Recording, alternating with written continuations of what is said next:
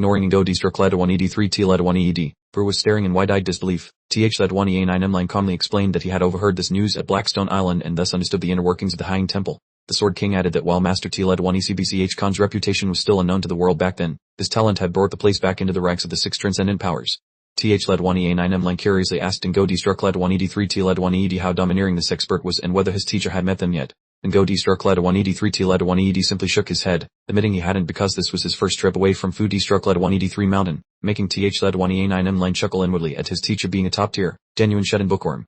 TH led 1EA9 Line turned to ask Lithian Thur if he had ever met Master T led 1ECBCH Khan. The Sword King said no, adding that practically no one in the world knew his face, which was why the Heavenly NC Pavilion had invited him so everyone could see what the legendary master looked like. TH led 1EA9 Line then asked if Senior Lyra's master was more skilled, to which Ngo D-stroke led 1ED3 T led 1ED immediately pointed at Lithian Thur. TH led 1EA9 Line was momentarily stunned before realizing it made sense, as his master relied solely on innate bloodlines and spent all her time on experiments rather than martial arts.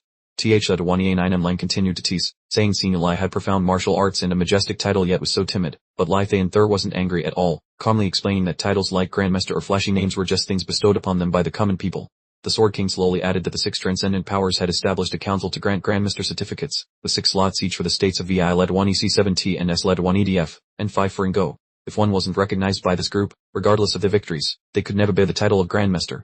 TH led 1EA9 Line remained puzzled, wondering why no one from B led 1EA1CH and G led 1ECDC kin was present at the excavation of these ancient ruins. Ngo D-stroke led 1ED3 T led 1ED asked if he knew the proverb, and when TH led 1EA9 Line innocently asked what it was, he was told, where there is no snow, do not look for B led 1EA1CH and G led 1ECDC kin. Where the white snow covers everything, that is a territory, leaving TH led 1EA9 Line impressed by the sheer coolness of the saying. TH led 1EA9 Line pressed further, asking if B led 1EA1CH and G led 1ECDC kin was the top sect in the world. Ngo D-stroke led 1ED3 T led 1ED shrugged, saying no one knew who was strongest as they hadn't truly faced off, but firmly asserted that B led 1EA1CH and G led 1ECDC kin was the most mysterious faction. When TH led 1EA9 Line asked if they were more secretive than Fu D-stroke led 1ED3 Mountain, Ngo D-stroke led 1ED3 T led 1ED replied that the mountain wasn't mysterious at all, leaving TH led 1EA9 Line speechless because, while the people saw Fu D-stroke led 1ED3 Mountain as full of oddities, it seemed to pale in comparison to B led 1EA1CH and G led 1ECDC kin. The next day, TH led 1EA9 Line arrived at Thayan Nam City, the capital of Thayan Nam Province, which was brimming with the atmosphere of battle. All city gates were tightly closed except for a narrow gap for inspection. Guards filled the walls, and patrol squads moved continuously without rest. From a distance, TH led 1EA9 Line saw the great governor of the province, Truck En Hun, personally inspecting the defenses.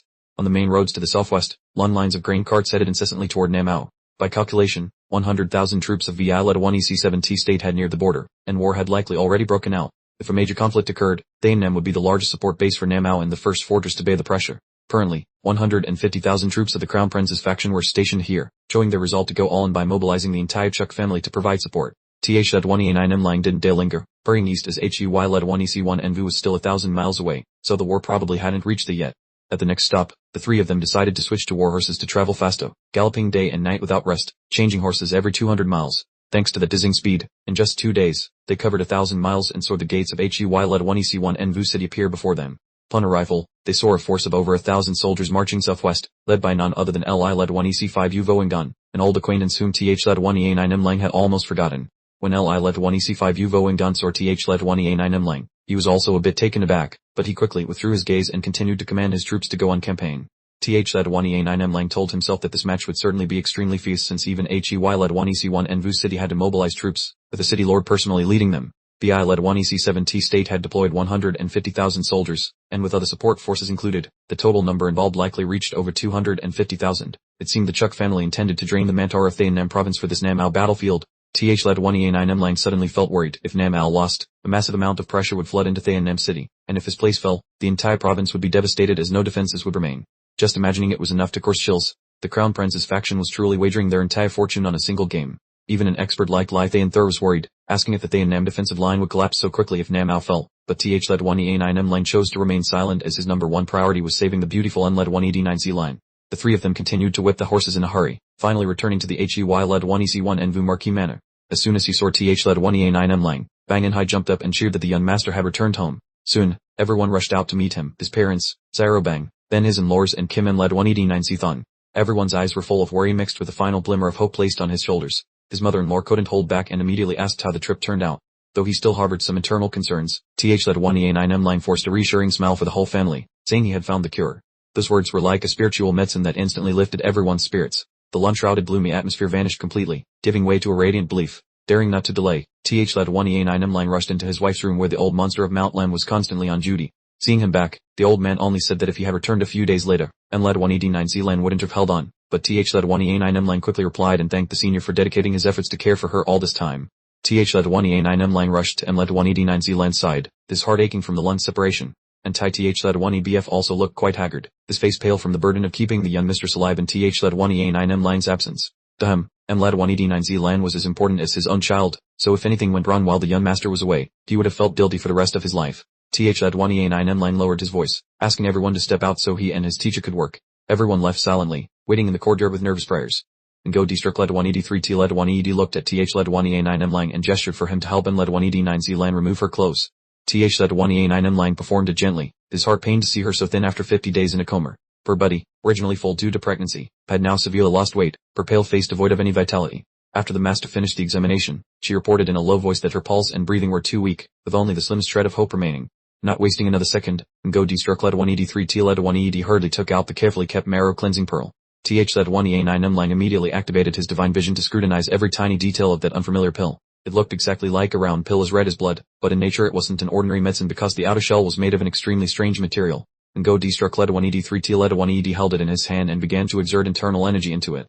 Almost instantly, the pill emitted a dim, glowing red light, as if a living entity inside had just been awakened after a lunch slumber. Witudu spoke up, stating that the species of dew insect was by no means ordinary, as its structure was so complex that even she could not fully comprehend it.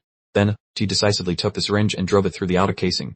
In the blink of an eye, the liquid inside automatically filled the syringe, allowing Shen Lang to witness for the first time the true form of the marrow cleansing essence. He marveled in his heart that it was truly a living organism, as that blood-red liquid looked like a strange dew insect, emitting an evil aura that sent chills down one's spine. While Mulan lay on her side on the bed, Witudu took a deep breath with a sorrowful gaze, silently thinking that her father should not have let her be born so that her mother wouldn't have had to depart. Though he could not save his wife back then, today she would preserve the life of this lovely girl in her father's place. Having finished her words, she quickly inserted the needle into Mulan and directly injected the marrow cleansing essence into her spinal cord. At that exact moment, brilliant deep red glows suddenly erupted from across Mulan's entire body. Her snowy white skin suddenly became translucent, as tens of thousands of blood-red energy rays spread frantically throughout her body. Shen Lang could clearly see the blood vessels inside her seemingly bursting and then being continuously restored. Immediately afterward, mysterious and bewitching patterns appeared on her back, like an ancient dew seal gradually awakening. Just 3 seconds later, Mulan suddenly woke up, her eyes sparkling like stars with a beauty so breathtakingly captivating that it was difficult to find words to describe her gaze, for they were enchanting eyes, deep enough to seem to see through all the truths of the world.